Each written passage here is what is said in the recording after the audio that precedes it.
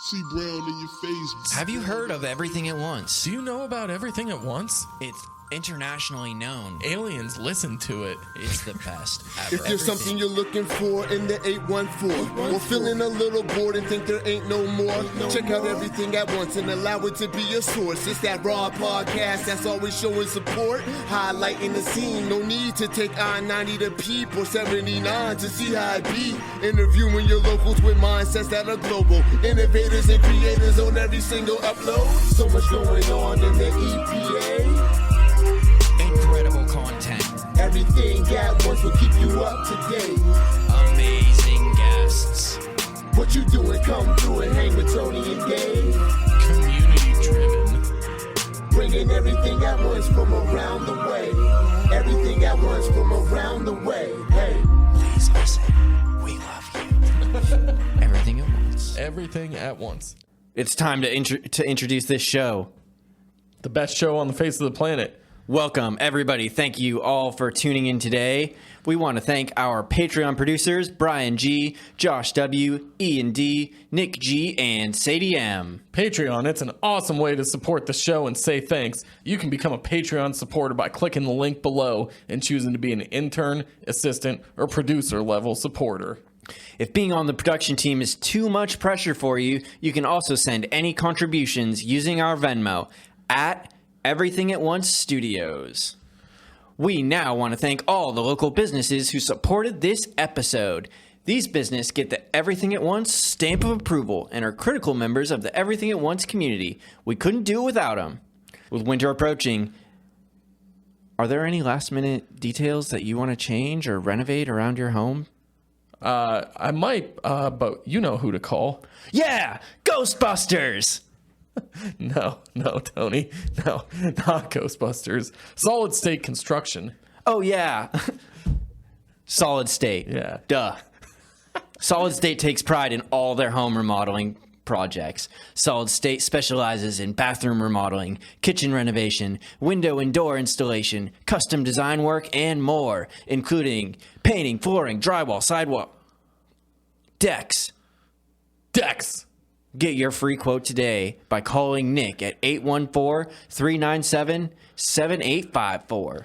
Solid people, solid product, Solid State Construction. You know, Tony, with all these renovations from Solid State, I think we might have kicked up some bad energy around here. Yeah, oh yeah. Luckily, we know just the people to go see. I know it this time. It's Ghostbusters. No, Tony! Our friends at Cauldron and Thorne! Wow.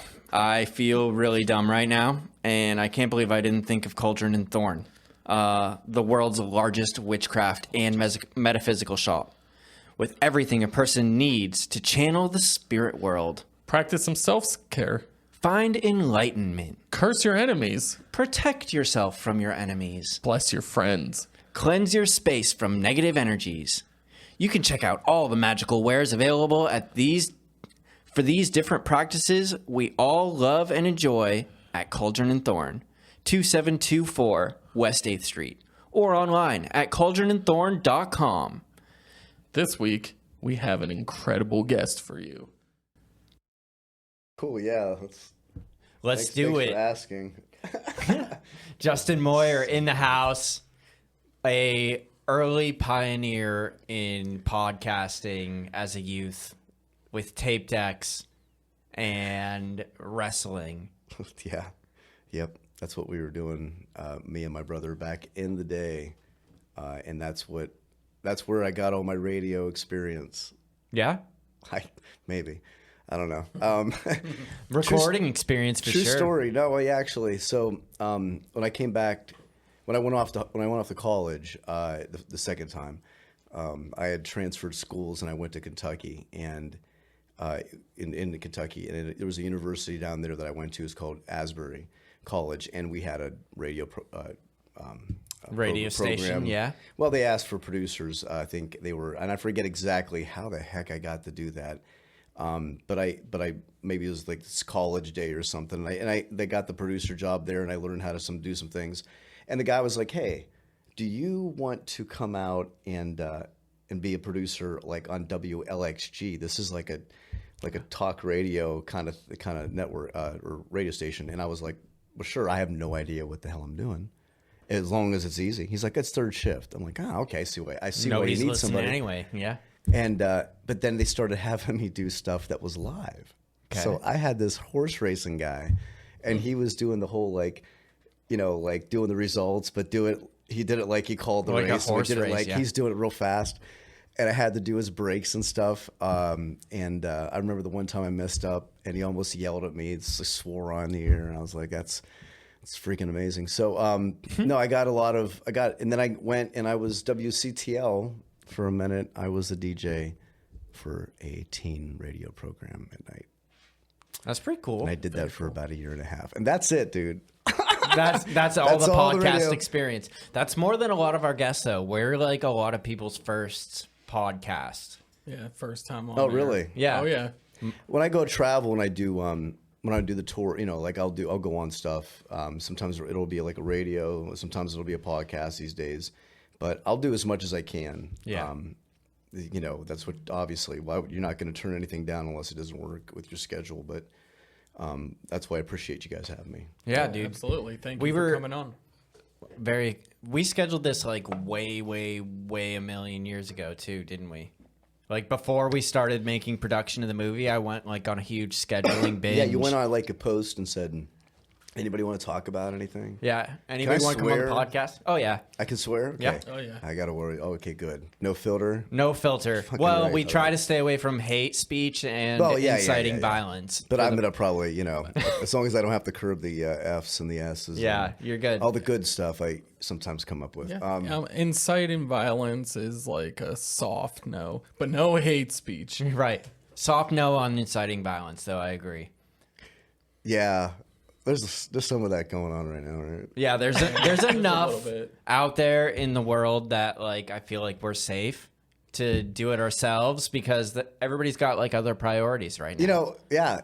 And Kyle Gass is taking care of it right now for us, so we don't have to do anything. Right. We just sit back, Watch the show, oh, eat our geez. popcorn. Yeah, that's usually what it is with the internet. You're sitting at home, eating Yeah, popcorn, scrolling, just scrolling. watching, checking it out. Like, oh wow, Or at people are work. really going off about this shit. Yeah, So, yeah, but the internet's full of fun things, and but no hate speech. No And, hate speech. Here, we're not going to do that. No. What's going on? Oh, we got some cord tanglage. No big deal. It's just me. Yeah, so we scheduled this a long time out. A lot of things have been going on. Riverside Music Fest Yeah. is your baby. That was it. Oh yeah, the baby, and we finished. And as far, I think it turned out well from the response. Yeah, And, everybody that I've talked to that made it out there seems to really have enjoyed playing at it or being at it. Oh, good. Did you just break my chair? I didn't break the chair. The chair's faulty. The chair's faulty. I think it's all right, though. Nice. If I would have fell backwards, I would have smacked my head off He of didn't concrete. fall out of the chair. He didn't No. fall out of the chair. You know why? So Because I'm it did its job. He's a goddamn professional. That's why. Nobody would have Yeah. even noticed if I didn't call it out either. Yeah, No. they don't give degrees for that level of a skill there. Right. Thank goodness. Your balance was amazing It's there. because we talk. I mean, it wouldn't be violence, but there's a good chance I would have been concussed. Concussed. knocked Hit the out. wall? Yeah. Yeah. Yeah. And that's hardcore. Yeah. That's a wrestling term. Hardcore. Going back to the wrestling thing, yeah, hardcore, right against the wall. But that honestly, like back to Riverside, it was a very hot weekend. And I never have had the years I did this. It was inside. Yeah. Inside the Riverside Inn. So this is the first year we went outside, or not the first year, but 2018 was the first year we went outside, and so since then, I've always been worried about the elements. It's like those random years where Chafee's was like really, really, really rainy. Like the year and we had a muddy. tornado out there. And yeah, just like, the weather can really play into stuff. So that's one thing that I was like, oh gosh, I hope it doesn't, rain. And this year it was like, oh God, it's going to be 90 degrees, yeah. We were at a 5 wedding that degrees. weekend, outdoor wedding in the sun, and it was freaking hot. Oh, I feel man. bad for the brides and grooms that were just sweating. Yeah. I was in Alabama that weekend, and Oh. it was warm, but it was hotter up here. Oh yeah. Yeah. It was because we were in the plume. Yeah. They create this The the weather. oven, Yes. nature's oven. So I was like, man, I'm glad this year, and this is why we were happy that South Shore Rentals came in with this 40 by 100 foot tent, and Hell yeah. that was great for the heat. Just kind of kept people there throughout the day. So besides that, I think everybody, like I said, had a good time, and yeah, they were asking, that I could say like a couple days after what the dates were for the next year. So I think they want it again. Hell yeah. Success. I think we're in good shape. Get people coming back. You've also got your own promotion company. Yeah, that's something I've been trying to start for a while, but I think the thing was I was trying to find artists that were serious about touring and had the schedule. And it really, literally, it just came down to, doing things that they couldn't do on their own, like just reaching out for them, And yeah, honestly, some of the artists I brought on, besides Matt Craze, who from Erie here, I don't think we don't have anybody else Local. right No? now from local. Bridget Gossett is from Asheville, North Carolina. Johnny Bowers from Rochester, New York. We have Mike Edgley's from over in Conneaut, Ohio. So there's a vast variety of people. Tim V, I think he's from Jamestown, New York. But don't quote me wrong. But we just picked them up. Tim V and the Swamp Rats are pretty awesome. So we're going to be announcing them too. So yeah, we're just really interested in being able to promote artists. And there's some people around here that are doing some awesome things. I can think of like First to 11, Brooke Surgeoner, Tyler Smilo. I mean, they're really getting out there. Oh, yeah. And so, we're really willing to work with everybody, but I think it's really just availability and goals, and then knowing that we're non-exclusive. We're not crazy. We're not going to control your life. We just want to know where you are, where your goals are, and then as long as we're all working together, we can put together a really nice tour when everybody's kind of working on it. Sure. And it's kind of like a team mentality. And that's where my successes have been, is working in that kind of a setting with like going on tour these last couple of years. Right. And where you going on tour yourself? Or are you going on sending Yeah, these man. people out? I think 2011, I got a looper, and I was like, Ooh, this is fun. cool. I'm going to start looping. And I was okay at it, and it got me on the road, and it was a little bit more of a show. Mm-hmm. And now I was like, okay, what do I want to do with this? I don't know, 5 years ago. And I was like, I want to do more blues. And I'm trying. So now, man, it's really just taking a 3-hour set, 2 sets of music, about an hour and 15 minutes each, and then just making them all loop based and making them and all the intricate parts, and then making more blues and putting all that music, so that now what I represent online matches my brand a lot better. And people show up, they know they're going to see a blues looper. Yeah. I'm branded real well right now, out there on the road. And so it's taken a lot of work, but that the looping is nice because it really does have a one man kind of a show to it. Right. You're not relying on other people or other things. No, and that's not, I definitely do go out as a band. I'm finding that those shows now, and we're getting those kind of opportunities where it's lucrative enough. But it just depends now where I am. And I have guys like Matt Rorick and John Teeter and Nick Nasivian that I jam with at home here. But then when I'm on the road now, I just picked up a group of guys, and we're working together in Asheville, North Carolina. And that's the Jimi Hendrix tribute band that I brought up here. Oh, nice. And so now I have this backing blues band. And so I think we're going to have a lot more opportunities. And these guys are vets, and they're super solid. I mean, they're great. They're phenomenal. So I want to be able to play bigger shows, but the loop definitely gets me on the road, man, and it keeps the music rolling, and it keeps me going. It pays the bills all day long. So you talked about that aspect of branding and finding your identity, which is something that we are still like very much in the process of figuring out who we are. Are we a podcast? Are we a media company? Are we filmmakers? Are we all of these things? And being able to identify as one cohesive thing, I think has a lot of value. And it's something that we're struggle with, trying to put together an identity that's both broad enough to, explain all the different things that we do, but concise enough to be able to understand what that is, if that makes any sense. Mm-hmm. So, yeah, so do you want to say something about that? No, go ahead. No, you're good. I think that's the hardest thing when you're first starting out. And I don't know how many years you guys have this. It's been like 2 years in 2 years. August that we've existed as Everything at Once. Our first film, first year doing photography gigs and videography gigs, and first film. Yeah, but 2 years we've existed as Everything at Once Studios. Yeah.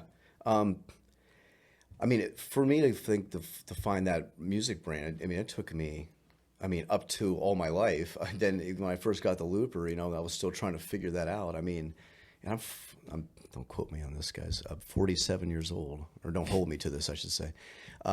So 47. Gosh, that's kind of late to get going.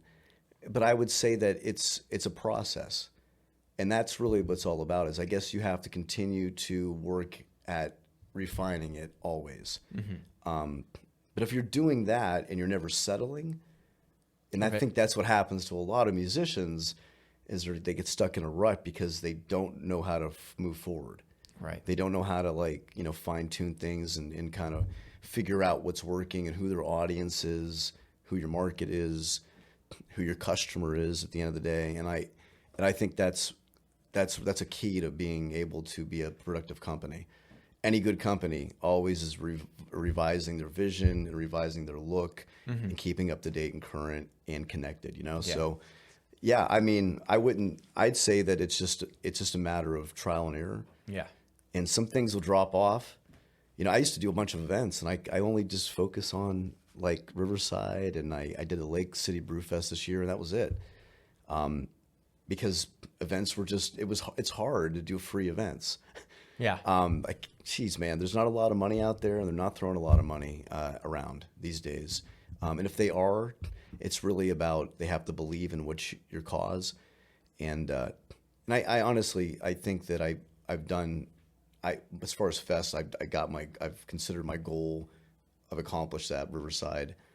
I don't know how many years it wants to go on, but if it never went on again, if I didn't have a Riverside Music Festival next year, I would be satisfied. I've accomplished what I wanted to. There's a lot more music at Cambridge than there ever had. There has been, and it continued. So, but man, now it's well, I've got these other things, going on, and yeah, my vision changed a little bit, But man, if I would have just continued with the events and never continued on, I don't know. I'd probably be discouraged, right? Stuck. No, for sure. And the money part that you bring up there is very true too, because at the end of the day, we all this isn't my primary income or anything like that, but there's a lot of stuff that I need for the different ventures that require money. You know what I mean? So that kind of not really forces me to do almost anything or take pictures of almost anything, record, whatever it is, but being open and available to those different kinds of opportunities is what helps a business, or at least my business, move forward and continue to grow and continue to invest into itself. Yeah. It's like a restaurant. This is how I see it in my brain.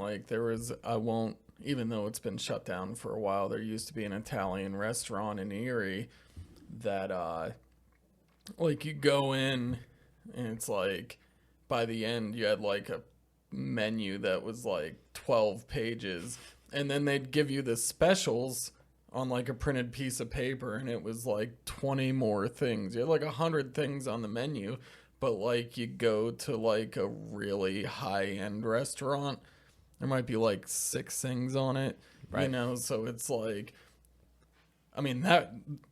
excuse me, that place was at the end of the road. But I've found, that if you're spreading yourself way too thin, even though you're offering a ton of things, you're kind of doing yourself a disservice, because like it almost pays off more to just be like really, really thorough with a couple of things than try to be a jack of all trades. Right. Absolutely. And there's a quick segue in a Tyler Smilo story.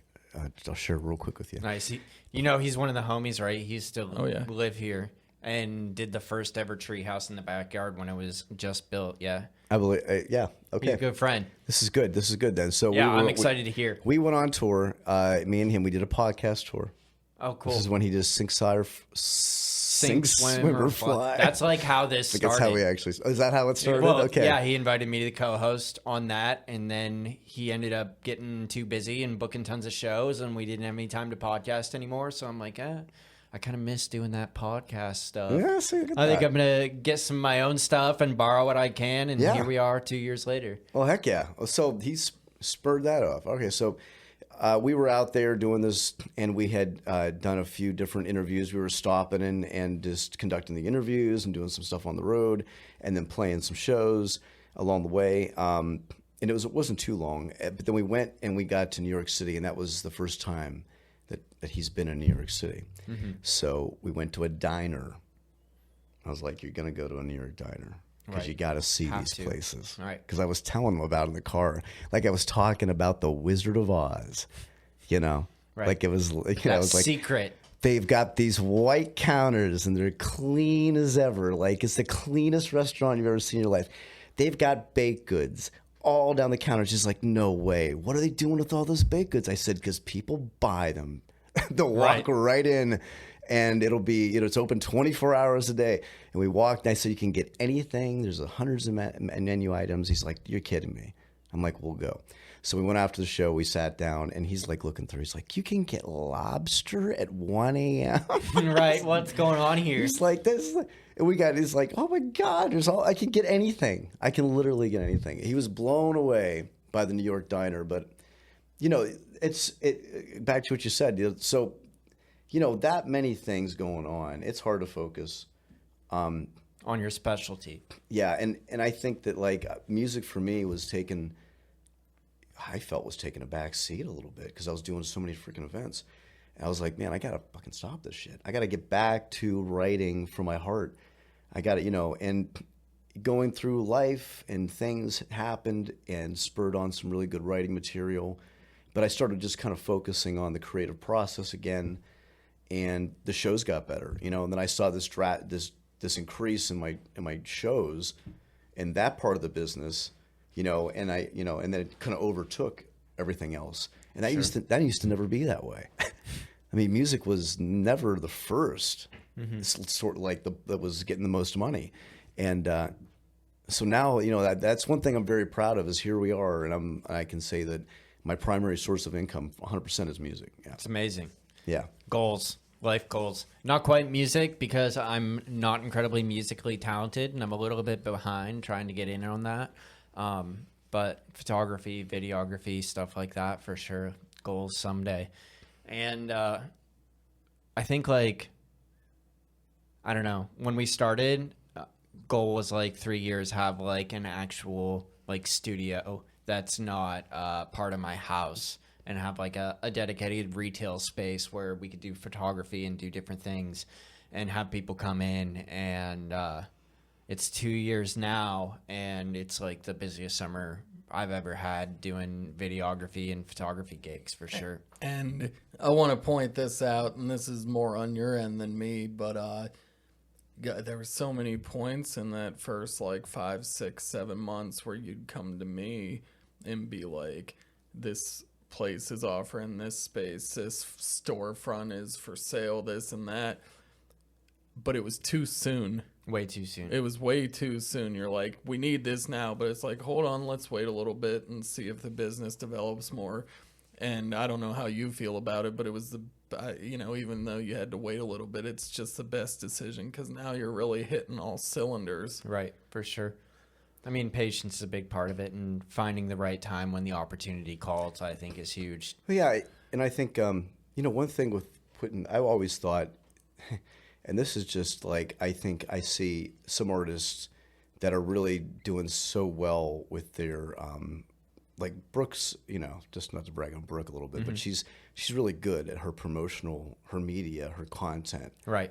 Like if you want to know who to who to follow, No, and like how to 10,000 pattern subs what on you do, YouTube, and she's really good. She always has some creative, fresh things or posts and that. And I think that's the thing. You need that kind of interaction and on your music page. So it's like if you're a band out there or you're a musician, just a solo guy, you don't have a music page. You gotta have it. You gotta have a music page. You want to separate that personal. It's more professional looking, But besides that, you need a press kit.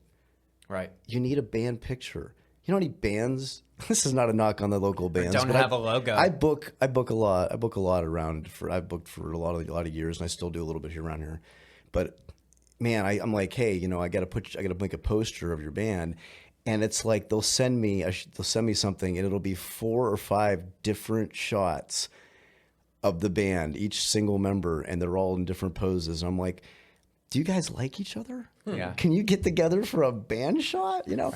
And it's just like we don't think about that one thing, like a good press, like a headshot for the band, right? Or just for you. They'll send me something where it'll be like them playing, but they don't know what a headshot is. They don't know they don't have a bio. They don't have enough. They don't have a video up or any other music released, and honestly, that's really a press kit. Having that that's not a lot to ask if you think about it. Because if you have a song and you can you've got your phone these days, getting anything together is better than nothing. But sure. That honestly is something that I think you could help people with. Right. Putting together a package, because there's a lot of people literally they would benefit from saying, I need some guidance, I need some help, and as long as it's reasonable, because I don't think there's anybody doing that service right now, honestly, for bands around here. Right. I mean, the closest thing I can think, but he just literally does it for everybody for out of the goodness of his heart, is Jack from Two Man Happy Hour put in that, full live music schedule out every single week. And Glosky recording for everybody for nothing. Yeah, that's absolutely. In fact, Glosky did the all night long, because I was like, everybody's talking about your studio, dude. I'm going to come in and just do this. I got this new song all night long. And His studio's awesome, too. He makes incredible shit. I wish Brian was here, because I'm not going to talk about that. He's going to be at the premiere tomorrow. I will excited be, to see him. Me too. So the process, I'll get it messed up. But he did something with an amp, and he plugged this in. It was some kind of resistor or something. So he basically said he had this. We recorded this in a way where the amp was isolated, and it was we recorded all at once. So John was there, Matt was there, Nick. We're all in the same room. We're doing it all at once. I wanted one clean track, old fat, just like so it has a live, so it has a live kind of feel and sound. Right. And I've been on YouTube for fucking forever. And in 5 months, that video, because I made it with AI, which is kind of crazy if you haven't checked it out, but it's pretty cool. And through this filter, and I put it up there, and we have almost 23,000 likes or 23,000 views, almost 400 likes. That's more than I've ever got. Right, amazing. Yeah. And I sent it off to that, like a review thing, and I got a lot of it doesn't sounds too like live or and other people were loving the hell out of it. Right. So, Glosky really, he's doing some really good stuff out there for a lot of bands. But I really, thought highly of his recording, when I was out there, because of it just turned out so freaking good, Yeah. When I got this new mixer and that MIDI, I went out there and saw his studio, because he's come here before and we've recorded stuff together. But the level of recording equipment that I had and the ability to change and modify things was not really very high. Kind of, it was what it was. So once I got some new gear, I went out there for like a crash course, and I was completely blown away, for sure. He has a huge analog board.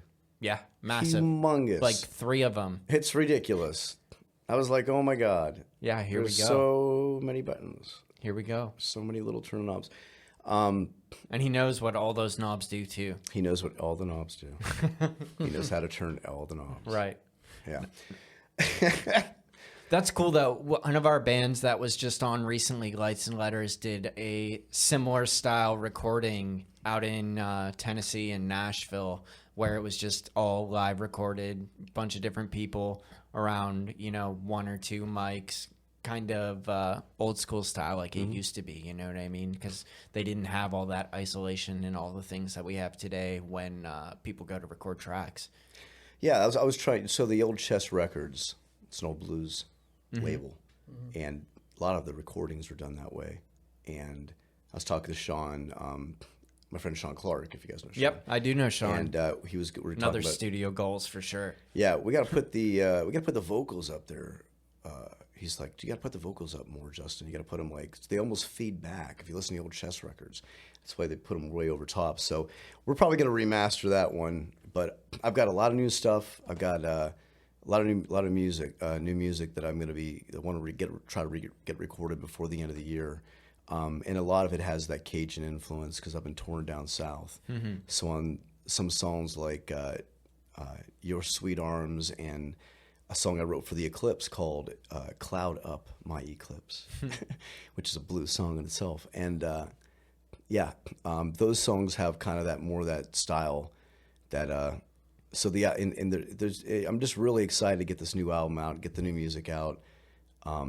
But yeah, I mean, I would say as far as what band, what you could provide for bands, that's probably a main thing I find is that there's just not. You want to feature a band or promote a band, as a venue. You need to make it easier for these venues to promote you. Right. You need to have some stuff that they can find and make it easy for them to tag you. Yeah. Stuff like that. No, I feel that that's a struggle sometimes, tagging certain bands or finding certain bands on Instagram or Facebook or wherever. They don't have a website or SoundCloud or Spotify or anything. I mean, that's one of the things I'm doing this year too with the Treehouse series. Like everybody that we've had on is very, very new as the current rendition of what they're doing. You know what I mean? We just recorded a Nam Kara. They don't have. They're like brand new. Had them down at the festival. Yeah, they're great. They're fantastic, and they don't really have very much. And Abigail's brand new as Abigail. At least I've only known her over the past year, or seen any of her stuff over the past year. And a lot of these guys don't have any decent video, not a video shot with real Abigail, mics or. So just real quick with Abby. So her and I, we've lost touch. I haven't really connected with her in a while, and obviously she's got with Joe, so it's probably won't jam with anybody else. We were hanging out. We were doing a lot of shows together. Me, her, and Lewis before he passed. He was at that time. I remember we went down and opened up for Jim Avett down at the Downtown Ember Arts Festival, and it was me, her, and Lewis, and we had a killer show there. But she's phenomenal. I wish I could collaborate with her again. But what she's done with her looping, so cool. It's ridiculous. So cool. She's just out there just melting people's minds. I mean, she's so talented. Right. That's the thing about Abby. She has an amazing voice, and that's one thing that she doesn't get credit for enough. I think is her voice, because she's an amazing instrumentalist, but she can sing too. Right. Awesome, and her harmonies, just an ear for music. She just needs to. We need to promote this girl more. Right. Get her out there. She's talented, man. Probably one of the most talented musicians out there in Erie. Yeah. Easily. I feel like, well, I don't just feel it, I know it. This is something we go through, and we've talked about it with numerous musicians, artists, whatever. That self-promotion is such a war of attrition, especially in the social media age. And a lot of the bands that we have on, it blows my mind. I know it does with you too. We'll get people talking, and every single member of the band is a member of 1 or 2 other bands, and then they sit in with other bands, and then they have their cover bands, and it's how do you get the time? And then you got to keep up with stuff. You got to keep your Post page and active. remember you to make take the pictures videos and all Dude, this stuff. It can cause a lot of anxiety, but that's why you have to have a schedule and you have to write things. You have to be organized. Have a calendar. You treat it like a business. Is it going to be fun that way? It will be, because you won't mess anything up. Right. And you'll experience more success, which is You'll always have more fun. success. It's more fun to have success than having, and so it's like, it does take some extra work. And I can think of one person who I helped with her media stuff. Like, I made her a one sheet and stuff and put her promo stuff for her, Michelle Taylor. I won't say any names, but then she was like, I just want to play guitar, Justin. I don't want to do any of this crap. I'm like, I know. Because it's a lot of hassle. It is. It sucks. It's like to do all that. And you have to get up and you have to remember, had a good show last night. Oh God, I better make that post-show post or they'll think the show went well. The obligatory social media picture on the stage looking at the crowd or wherever. It's like, and so there's a lot of, and then you're like, God damn it. I can't wait. I just want to go in the woods. Leave me alone. Yeah. Play music. Yeah, just because it's just how we, it really does become so much of our society is that pressure to communicate and make sure you're engaging people, and I think there's so much more of it now. It's just because it's a hyper accelerated kind of thing. Sure. Honestly, that I think it's honestly fragmenting people, and it's hard for people to concentrate really on things because there's this extra stress, right, and this extra anxiety, and it kind of becomes distracting. Right. I mean, there's a whole new reality out there on these magic rectangles that we communicate with each other that doesn't really exist in the reality that we're in right now, presently. You know what I mean? And you have to engage with that reality and understand it and learn how to work it. And I think it can become fun after a while too. Like after it becomes part of your routine and part of what you do, and getting feedback and all that stuff from the audience that you've built, it becomes a lot more enjoyable. But getting started is really the hardest part. I mean, getting started with anything is always the hardest part. And the 10 minutes before you get started is even harder than that. You know?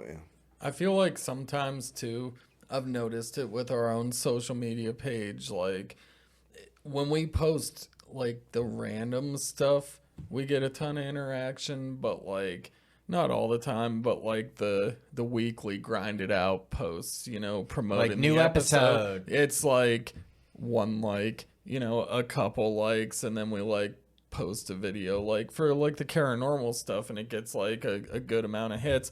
So that's got to be part of it too. Like if every time you're going out performing, you're posting the pictures of it, you're posting the videos, and like if people don't seem to be interacting with it, it can be kind of like, I've talked with people that are like, well, what's the point but I know I study this stuff every day. Mm-hmm. Every day. I always have. I study what people look at. I study how people buy things. I study how people how they engage with certain things, or like what they're engaged, or who, I go on different pages, and I've gone to pages where they have 98,000 followers, and you look at their post that day and there was 30 people liked it. Mm-hmm. And you're like, what the fuck? Right. And the day ended. That was it. They only got 30 on that. What the fuck? I'm thinking what the hell? And the next one that came up and it was different, and they got more, so it's like, and I looked at that, I'm like, well, that just kind of just tells me that it's not necessarily about, I'm not looking at the followers.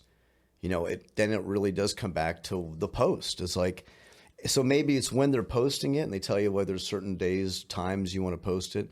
Don't post it in the middle of the night. Sure. Those kind of things. You try to get it on, like a Monday, Tuesday, and they're first looking at it, you're hitting it at like 10, 11 or 12 when people are at work or they're able to check their phones. It's like that kind of time.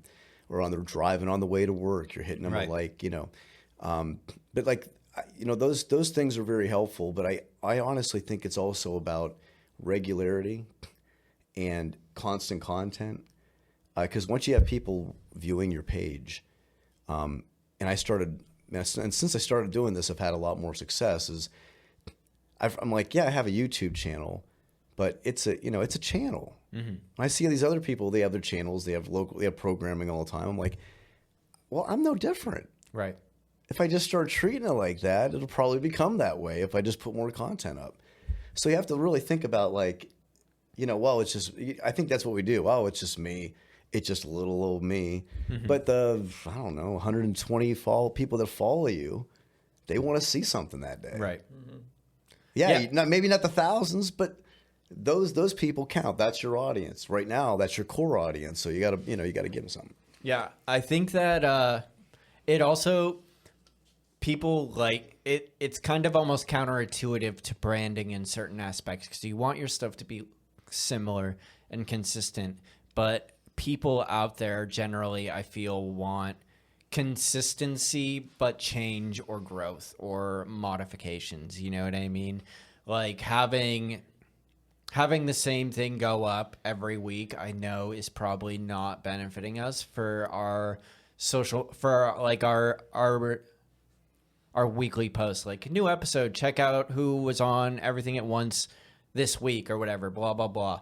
They're always pretty similar. They always have different taglines, and it's finding the way to spice that up enough, but still keep that same brand or that same flavor, that same consistency that we feel embodies what we're doing. Well, so to your point there, example I can think that I look at is Pardon My Take. Mm-hmm. And I only really pay attention to these guys during football season. And I'm one of those weird artists, musicians, because I like the sports too. Oh, no, for sure. Do the sports, used to wrestle. But I like Pardon My Take. I watch, so on Amazon Music, they have their little, the logo. It has what's going to have your front, your home screen, whatever it is, your landing page. So it always looks the same. Mm-hmm.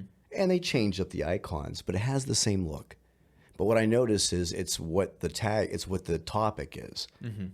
It has to be really those first 5-6 words. It has to be the title of the episode today has to really catch, people's attention. Oh, that's really it. But they're a huge podcast. Sure. Huge. But they definitely make that each one specific when they change but the font, the format really is the same. And I think that's the branding part. You have to make sure that's consistent. Mm-hmm. But just like you said, I think how they change things up a little bit. And I've seen, you usually have a different guest you're sharing. Yeah, we have different guests, different pictures. Yeah, that's just enough for the program, I think. Mm-hmm. I wouldn't, but I think, if you did when you did Kara Normal and, you've done a photo shoot, you've got a spread of shots. Oh, yeah. You've got to schedule those. Right. And not just dump them all at once. Yeah, you got to calendar schedule those. And that's what I've been doing because I got a photo shoot and I was using them specifically and releasing them as I went. Mm-hmm. And I had a bunch of content and I just use gradually feed it out. Yeah, just gradually feed it in because then you get, you're paying for that photo shoot, or whatever, and you're getting all those photos, use them like gold. Those are aces in the hole. You want to, those are all new shots. And if you give them all out, then you have nothing else. You have nothing else to release. You have nothing else to surprise anybody with. That was a cool shot or whatever. So, sure. Yeah, I think the nice thing about photo shooting is or photo shots is that you can get different locations. Make as many as you can get, and really just kind of use that content sparingly. But yeah, that's definitely something I've had to learn to in. Like my photography is learning how to cull my photos because I like an average photo shoot, I probably take close to 1,000, between like 800 to 1,500 photos. Anytime I go anywhere, anytime a band hires me, anytime somebody wants senior pictures done or whatever, you know what I mean? I end up with a ton. And then I have to turn that into between like 30 and 80 photos and not put them out all at once because my people they're trusting me as their photographer to pick and to have the eye and to gauge and have the taste and the style sense to see what is a good picture and what is not a good picture. And giving them 200 pictures that are all like, I don't know, 7 out of 10s or like 7 out of 10 to 10 out of 10 is a disservice, because then they have to go through all of that. You know what I mean? And then they have to make their own personal decisions. Like, what do I like? What do I not like? What's good? What's not good? Whereas if I just give them all bangers, 10 out of 10s, 60 of them or 30 of them or however many of them, it increases the reward that they receive, instead of being like, oh, you know what I mean? They're not seeing those 7 out of 10s that they may not like or may not enjoy as much. They're all 10 out of 10s, awesome pictures, Yeah, I mean, you still have 60 pictures. That's a lot to work through. Right. I mean, so yeah, more's better, and as far as content, take as many as you can. But just being creative with your songs. It's like, if you have a song that's about a specific thing, man, that's what you be as creative in that medium as you can. Right. With the All Night Long, I was going to go, when I did a live shot, I was going to go into a bar and I was going to have this senior citizen lady come into the bar, somebody that really maybe shouldn't be there, for the comedy aspect of it, and start picking a fight with somebody at the bar, and just have fun with it, make a video that was fun and getting my point across, right? But not making it so literal about what the song's about, some things like that. But when you shoot the video, just shooting a lot of clips and excerpts, and release it in 6 months. Mm-hmm. Just because you get it back, take time. I think that's the thing, is if you can build a release and you can create some hype. Mm-hmm. And like last year for the Riverside Music Festival, as soon as I got the headliners on, I think in October I announced them. Right.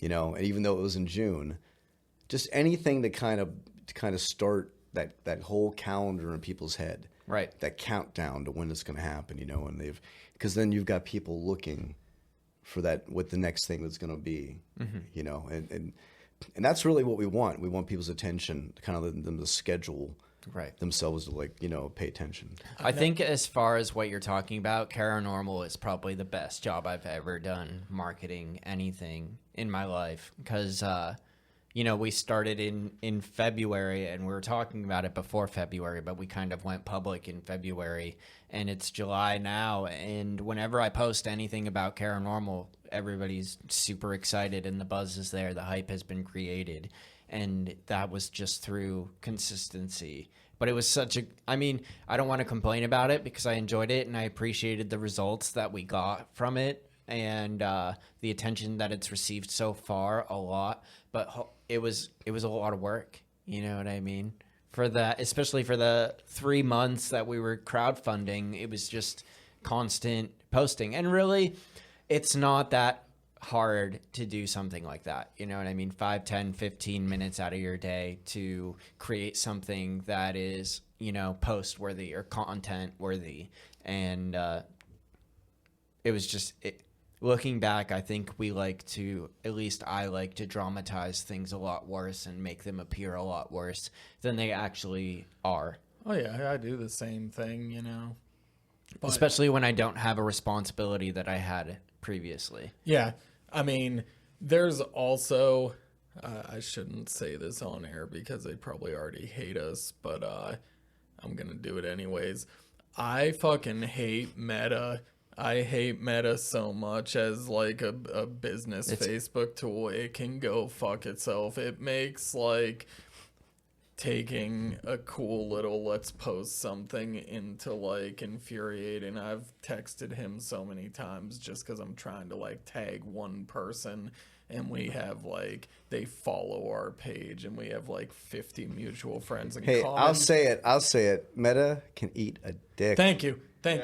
Yeah, because that's what it is. And now I'm canceled. He's canceled. And there's so many things that they do to make things more difficult. Because I know. Ask a question. Hey, remember when you could search for people? Right. Remember you could search. Now I search for somebody, and I'm just oh, that's who I want. And I hit it, and it's Meta shows up and says, "Hey, you looking for this guy? I got some information. Where did you come from?" Yeah. What the hell? I looked What up. is this? I looked up. And I know they're cucking like all of the Treehouse videos because I link YouTube in them. But that's the platform where the most people are going to watch. I was gonna say They don't real want quick. people coming off. Yeah, go ahead. Long form, paranormal masterpiece, but I think your absolute best work is with the Treehouse. Yeah. I do. I mean, Paranormal's been awesome, but like the way that you just like, come in on that opening shot and you got the trees and it looks all fucking like whimsical and foresty. And like obviously the bands around here love it because everybody's like, I want to go in your treehouse and make a video. They get a great recording. I mean, it's an awesome video that they can use wherever, you know what I mean, to promote themselves, to send to venues, to whatever. And like a few different bands have asked for that recording, like just the audio file to put on Spotify or whatever, because they turn out great, Well, yeah, you need. I mean, Dig It Dave does if you did the Pack Alive. Oh yeah, he does an awesome job as well. I mean, he got the band. So bring in. That's just all. You just really need as an artist to look. There's opportunities around the city to get some free, some media, some recording, and video of your band. You just gotta be advantageous about it. But really, at the end of the day, it's how you represent yourself. And I wouldn't be able to tour if Chad wouldn't. I wouldn't give Chad my agent guy. I wouldn't give him anything to use.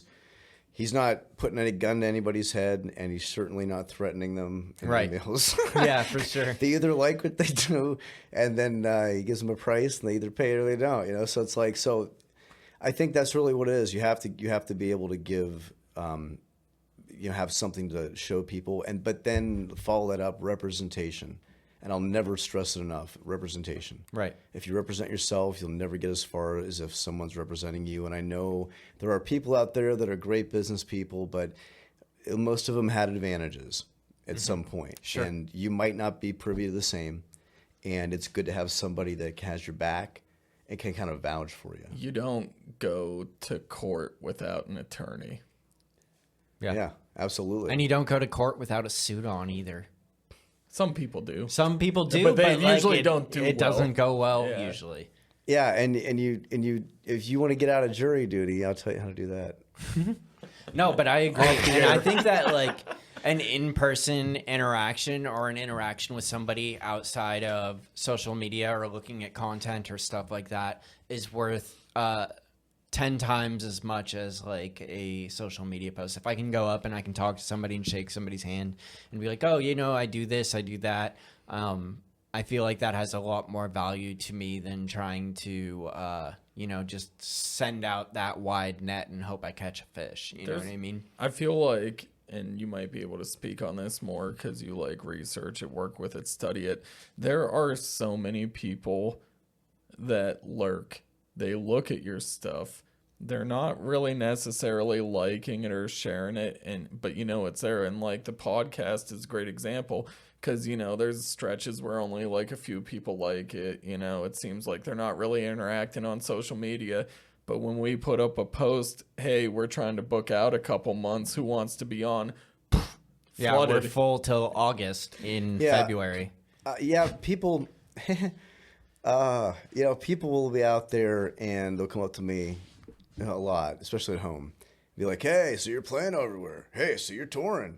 I've never seen these people like my stuff or engage with anything. But yeah, people, that's what I'm saying. All eyes on you. They all, when you get to a point where you're, public enough, then and you can't just excuse yourself when you're out, in front of people.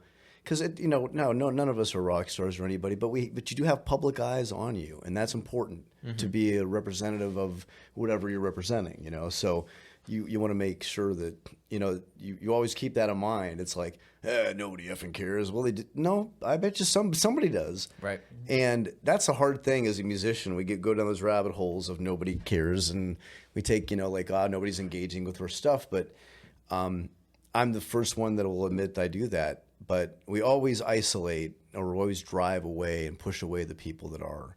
And those people matter. And they, their honesty about how they are, genuine and liking your stuff is you shouldn't sit there and just slap them in the face because you're having a bad day. No doubt. So that's always a thing I try to keep in mind. I think for me right now, one of the biggest challenges I had this year was I was like, I want to write a murder mystery. And that was one of the hardest things that I felt like, man, it's going to be a challenge, but we'll see. And so I just completed, it's a 50-page murder mystery, dinner theater. And I wrote the contract, wrote the writer, got it all ready to go. I've been shopping it around. I want to definitely do it on the road. And I want to utilize actors within the community. Because what I've realized is that community actors, like around here too, don't get paid any money. We paid all our actors. Good. You should pay your actors, because they're just doing the same, doing enough work, sometimes more work than musicians. But I understand there's community theaters, but there are that's money that comes into these places, and there's got to be something to take care of the people that are putting butts in seats. Sure. Regardless of the excuses and regardless of whatever the costs are, they're the ones that are doing it. Mm-hmm. And the kindness of our heart kind of is overplayed in my mind. Yeah, that's why I don't play a lot or do things a lot around here anymore. And that's because I think I'm like I'm not going to do this for the kindness of my heart, because we are independent contractors. We're working out there too. We're putting a lot of effort and time and money. And so that was one thing that and Adele's doing her show this year again. But for 2 years, we were on the boat, the Victorian Princess, and we paid all our actors last 2 years. We made sure they got money each show. They got plus on top of that tips, and they've had the experience of some of these dinner theaters where it's set up a little differently. There's food involved that you can put a ticket price a little more. There's a little bit of money there to go around, but for them that's a game changer. So I want to be able to recreate this process in different communities, because getting a troupe to go around the country is going to be maybe a tough thing. But I really like supporting local. So being able to put this show, for instance, we're trying to get one down here in Daytona Beach, in Florida, one in Virginia, in Rocky Mount, Virginia, just a few places there. And they're local community. We can get a few actors, get them together, and make sure that rather than not being paid that weekend, they can be a part of an experience and get taken care of and enjoy what they're doing. But that is something that is a new venture for me besides the booking management company. And really that's what I'm talking about, refining what you're doing, because I took less events. I kind of simplified my life a little bit. I kind of, after 4 years of touring now, Chad and I know our markets. Mm-hmm. I know where I am really hitting hard and I'm getting money, and we're going those directions. We're not really flying everywhere, and if we do, there's a risk already involved, and we kind of know we're going to a different market, but we don't have to. We've got enough that we can fill a whole calendar year now. Right. So it just takes time and perseverance. Right. Because it's sometimes really frustrating when you're like, man, what. When is the time gonna? When is it gonna? And I had to finally just to say, I'm just gonna start writing, mm-hmm. And then it started happening. Mm-hmm. But before that, I didn't think I could do it. Sure. Until you just kind of step out and say, okay, I'm gonna try it. That might be all it takes, and that you might have a light bulb might go off, and you're like, you know what? I'm not gonna do all these other things. Right. None of these things are profitable. And I'm not, it's like I'm not going anywhere. And I'm only sticking to them because I don't have anything else to do. No, I agree. I'm just hanging on to these things because of security, kind of, Yeah. No, I agree. And I think that it is a big change to be paying people to do stuff, whether it's music or acting or any of those things. And that was one of the things that was super, super important to me when we made Paranormal, because I know that a lot of the local actors do this for the love of the game, you know what I mean? And granted, we didn't pay anybody on the set very much money, but we did what we could. We did what we could. I mean, and we geez. did it as fairly as we could. We split it into percentages. However much total we made, it got divvied up between everybody that was involved, and it's definitely something that shows that there is money to be made and there is room for growth. And for our first adventure into this to not be coming out of pocket really at all is incredible. You know what I mean? That's a huge success to me personally. Yeah, absolutely. My gosh, being able to pay people in the arts. There's bands that don't get paid on weekends, man. And that I think that's just really, it really comes down to take respect and taking care of our artists, but treating them with respect. Right. You know, and it's with little things like, you know, I see places they'll book an artist or, you know, and they'll sit there, they won't give them any kind of heads up of what goes on there, and they're showing up in the dark and they don't know who to ask for. You know, God, hopefully it's not a place that I've booked for in the past. Sometimes it could have been. But then you walk in and you're like, man, you know, and they don't tell you where to perform, and they're not being helpful at all. And yeah, you gave them an opportunity to play that night, but God, you made it as freaking goddamn difficult to get in there and do anything. It's interesting because it's like a value prospect. You know what I mean? Who is getting the value out of this? Do you think are you providing enough value for these people to perform, or are they bringing value to you by performing? You know what I mean? And that can very much be a relationship. I do not pay anybody to come in the treehouse, but I do feel like I provide a little bit of value, and they only do one song. You know Well, you what I give mean? them. I think that you have to. Artists have to also. It goes both ways here. Right. Then you got these people who are like, well, I need paid to do that. No, you don't. Right. No, you don't. It goes both ways. You go in there and get the video and from the media. That's free. That guy's recording for you. That you would pay thousands of dollars for. You know. Oh man, back in the day, I had one. It was 2018. No, 2017. I think it was the last year of the Riverside Music Festival. Was at the inn before it burned to the ground. And I had like Sad day. I had 90. I saw it because it was midnight. And I woke up and Maddie B had posted a picture of the Riverside burning, and I was like, "That's weird. Where'd he get that? Where'd he get that?" Right. And it didn't even dawn on me. It took me a minute. I'm like, "Oh my god." But we had 90 acts. I had 90 bands in Cambridge fucking Springs. 4 stages. 90. Yeah. Okay. And I'm being truthful. At that time, it got to a point where I'd put together like the first line, and then everybody would just keep hitting me up. Can I play? And I just kept extending, right, extending. And it just kept getting bigger and bigger. But nobody ever hit me up and said, "How much, Justin? How much?" And then when the year I got to the point where I could pay everybody, finally, I could get everybody paid, you know, at least in a budget. After that, I was like, I never got anybody that asked me. They'd be like, "Hey, do you have any more? Do you have any room? Do you have any room at all?" I'm like, "I can make some room. I can make another slot." "Okay, awesome. How much is it going to pay?" "Well, nothing. And I'm not going to make it if I don't have to. Right. I don't have the budget." Yeah. I'm providing sound, and you don't have to just show up, plug in, and that's pretty, you know, it's not far because you're local, but the value of that is gone now. You know, the 45-minute set, you know, it's like just coming in the festival set, you know.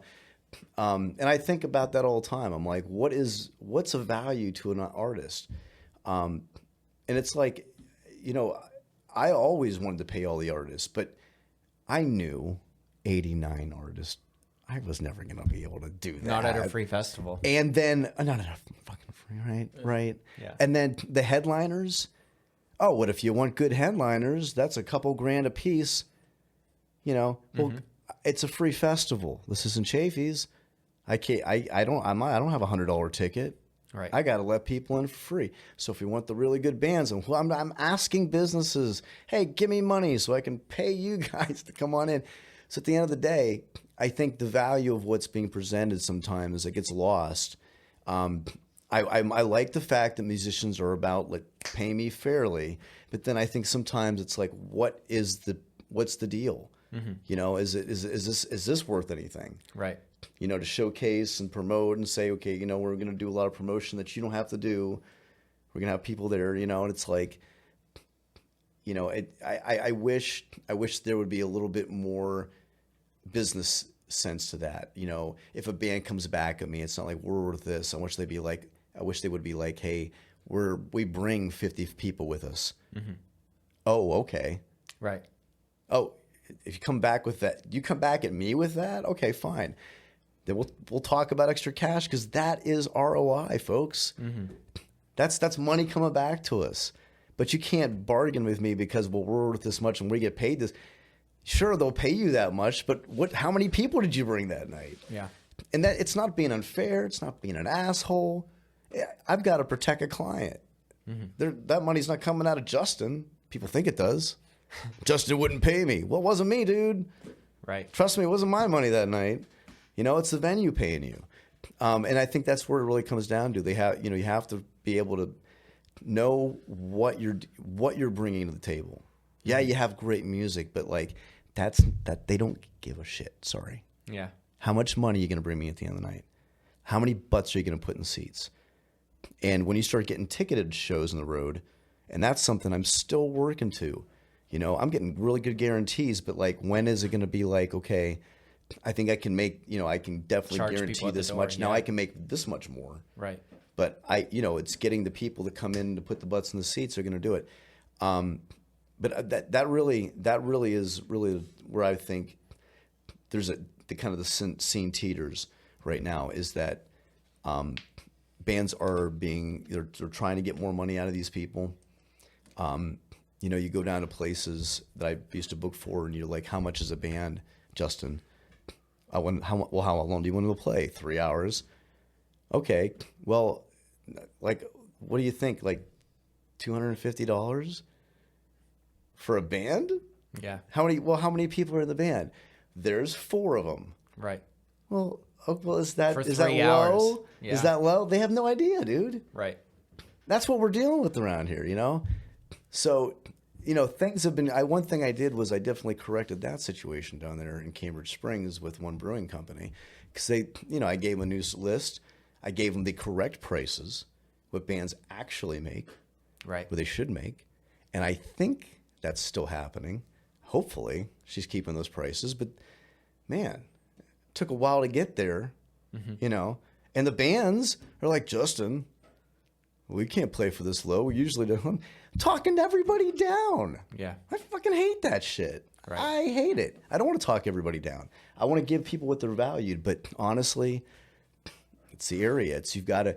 They've got to see it. And once you show them once, The usually value these you bring, places, yeah. they'll keep it. They're not going to waver. Once you show you can bring something to the table. But that literally is, I think, you know, we're talking about like, you know, what you can offer people. As long as everybody is upfront and transparent Yeah. with the result. And happy with the exchange. Nobody should ever walk away feeling like they're slighted, right? Right. And I think keeping that open and transparent is huge. You know, you have the expectation of what you're going to get out of this, and we have the expectation of what we're going to bring, you know, and as long as everybody sees that eye to eye or can recognize the value of a situation of being able to play at some place like the Riverside Music Fest or up in my treehouse or wherever it is that they're at, it makes everybody a lot more happy. It makes the music scene more cohesive, and it makes people aware of their worth and their value, which I think is like an intrinsic thing. You know what I mean? You got to know, like, yeah, my band is good. We bring this number of people. We are worth X amount of dollars each for the time that we spend out here. And business is a tactical and difficult thing, and there are people that will try to take advantage of you or take advantage of a situation going on either way of each party. You know what I mean? And having the business sense to be able to recognize that and start to see that and be presented with these opportunities helps equalize the whole business ecosystem. You know what I mean? Read a great article. I don't know how much time we have left, but this is Pete Townsend was talking about Jimi Hendrix, and I'm a big Jimi Hendrix fan. I've been on a super kick this year, but for whatever reason, this story came up, and then he was talking about how usually in the past when he would run into Jimmy would be kind of have an attitude. But this time he ran into him, and he asked Jimmy, he said, how things going, man? And Jimmy said, he says, Pete, I'm broke. He's like, he was huge. Right. Huge at that point. And it was literally, I would say, what do you say, like 2-3 months before he died. But he was happy. Mm-hmm. He barely didn't have any money, but he's happy. And they asked Pete Townsend, like, well, he's like, but didn't he make any money off the records? And Pete Townsend said, I didn't make a fucking dime off the records. Mm-hmm. Nothing. Because there's too many sharks and there's too many people out there lopping up the money. And the artists don't get it. Right. I mean, that's still present today with lots of record deals. Hey, if you're a George Clinton fan, and let's change your mind, it might. But a good friend before he passed, I tried to become good friends with him at the end, was Bernie Worrell. And he played at the Riverside Music Festival on his 69th birthday. And if you want to reference to Bernie, he was in Parliament Funkadelic with George Clinton. He was on the Talking Heads. He performed with Les Claypool on the Bucket of Bernie Brains tour with Buckethead and everything. And then right after that tour, only it's like a couple years later, my friend Phil, I should say Phil Simon, he was up in New York. He had him on the roster, Bernie Worrell's orchestra. I was like, no shit. I called him like, is that Bernie Worrell? Like the Bernie Worrell? He's like, yeah. How much? And I told me the price. Like, I couldn't believe it. I was like, we can do this. So I got him, and then I called his wife. His wife had, because it messaged me and said we fired that agent. Yeah. And she told me why, and then she started. Well, that guy's just like freaking George Clinton, because you know what George did? He went up to Bernie and had him sign over all the royalties. Right. Bernie didn't get shit. Mm-hmm. He didn't get anything. Yeah. Nothing from George. And Bernie lived in a little house. Not a little house, but it was just a farmhouse out in Bud Lake, New Jersey. He didn't have a lot of money. It sucks. I was right at his house. He invited me out for his festival. Nicest guy in the world. This dude was a class act. Rock and Roll Hall of Famer. I'll never forget him. He really encouraged. I would probably not meeting him and playing that festival. That spurred me to continue on and do music. Trust me, because I was doing my loop act. He let me open up for his band, and I'll never forget it. It was an awesome experience. But that's when I realized that money don't mean shit. Mm-hmm. It don't. Like at the end of the day, if you're enjoying what you're doing and you love creating music, you know, you got a guy like Bernie Worrell and Jimi Hendrix. They had nothing at the end. Mm-hmm. But they were happy because they got to do what they wanted. They got to express themselves, and you know, and the people that did have the money didn't make him any happier, really, at the end of the day, you know. True. And so, yeah, I think sometimes it's like, you know, I want to be able. My goal is just to be comfortable, be able to be happy, playing music. I'm doing all that stuff now, right? You know, so for nothing really ever has to get better for me. Except for, I want to play more gigs, better gigs, sure. I want to, I could make some better guarantees, but you know, I've loved everything and all the people I've met and connected with and been able to work with. Yeah. Yeah. No, it's a blessing, and it's not all about money, but it makes it a lot more hard. It makes it a lot more difficult to be happy without enough money. And the question is, what is enough? And that kind of varies from person to person, lifestyle to lifestyle, you know what I mean?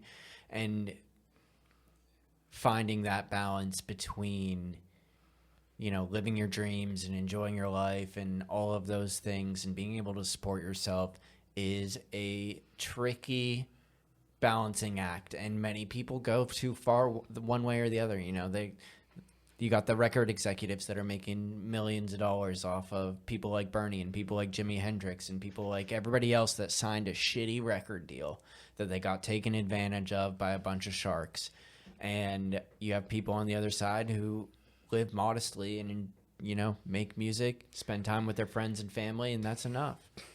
And finding the balance in there is really, I think, the key to that happiness, or finding the acceptance, or finding whatever it is that gives your life value beyond just chasing. And I would say, even though I'm not in the business, don't feel, I mean, you're going to feel bad about it if you get screwed over, but just remember, the Beatles got bent over on a couple different occasions, and they were the biggest band probably still in the whole entire world and history. So it can happen to anybody. Oh yeah, yeah, absolutely. Everybody, I get, you know, your goals. Everybody's goals are different, and I think where we get caught up is you're doing a little bit too much of looking at the neighbors. You know, you're always trying to keep up. And you know, I honestly, when I stopped looking at what everyone else is doing around me, Right. then I got peace. I was like, I can focus on what I'm doing now. And not like I'm ignoring everybody or not paying attention, but it's a different energy. I'm just, you know, I want to be supportive, but you know, I feel like you know, when I go out and I play a show, and you know, the audience is pretty good, and you have a few jackasses in the audience that are gonna be like, just, you know, they don't like the music, you know, and you know I'm getting better at not letting anything ruin the vibe, you know, what's out there, because there's all these other people that are enjoying it, you know. And you know, when you get these little people, you know, it's like you want everybody not to be a critic.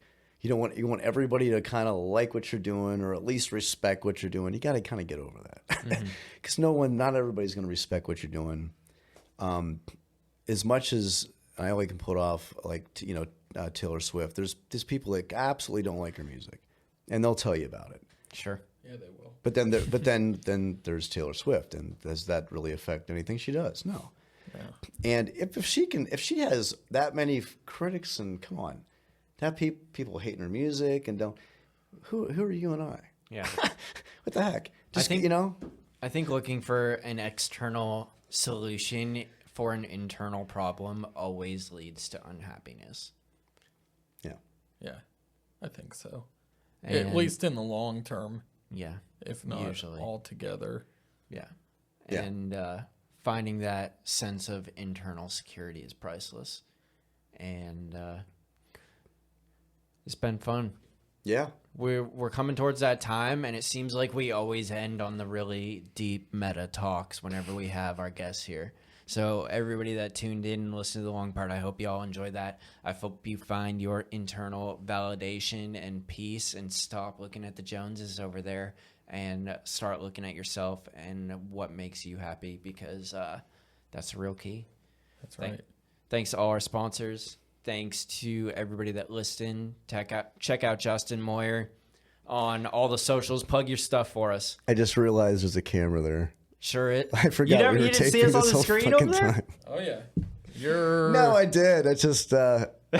This is the most obvious candid camera in history. Hey, Yeah, well, there we are. what's that thing over there? I just wanted to say, I got another tour coming up here, middle of August. I'll be out till the end of September. It's called the Lonesome Tour. We'll be going all the way to Bozeman, Montana, or maybe Cody, Wyoming, in this one, all the way out. Sweet. It's like a Northwest one. Looking forward to that tour. It's gonna be good. And then also, we have artist management, Wide Awake Artist Management. We'll be definitely promoting a lot more artists. I'd be looking for us on Facebook, and check out some of the artists we have on there, like Matt Craze right now. Hell yeah, he's the boyfriend of the show. Yeah. Yeah, he's A-lister. everybody's boyfriend. Woo! And then the I Should Have Known is the new murder mystery, and we are right now talking to Hotel Connie and about putting the show there and maybe having it here in Pennsylvania as well. So there'll be updates on that. But yeah, I'm just happy to be here. I'm happy to be on the podcast. I'm glad you guys it was had real me. fun. Thanks for coming out. And thank you all for listening, liking, subscribing, sharing, all those beautiful, amazing things that help us out so much. Y'all are the best. Peace.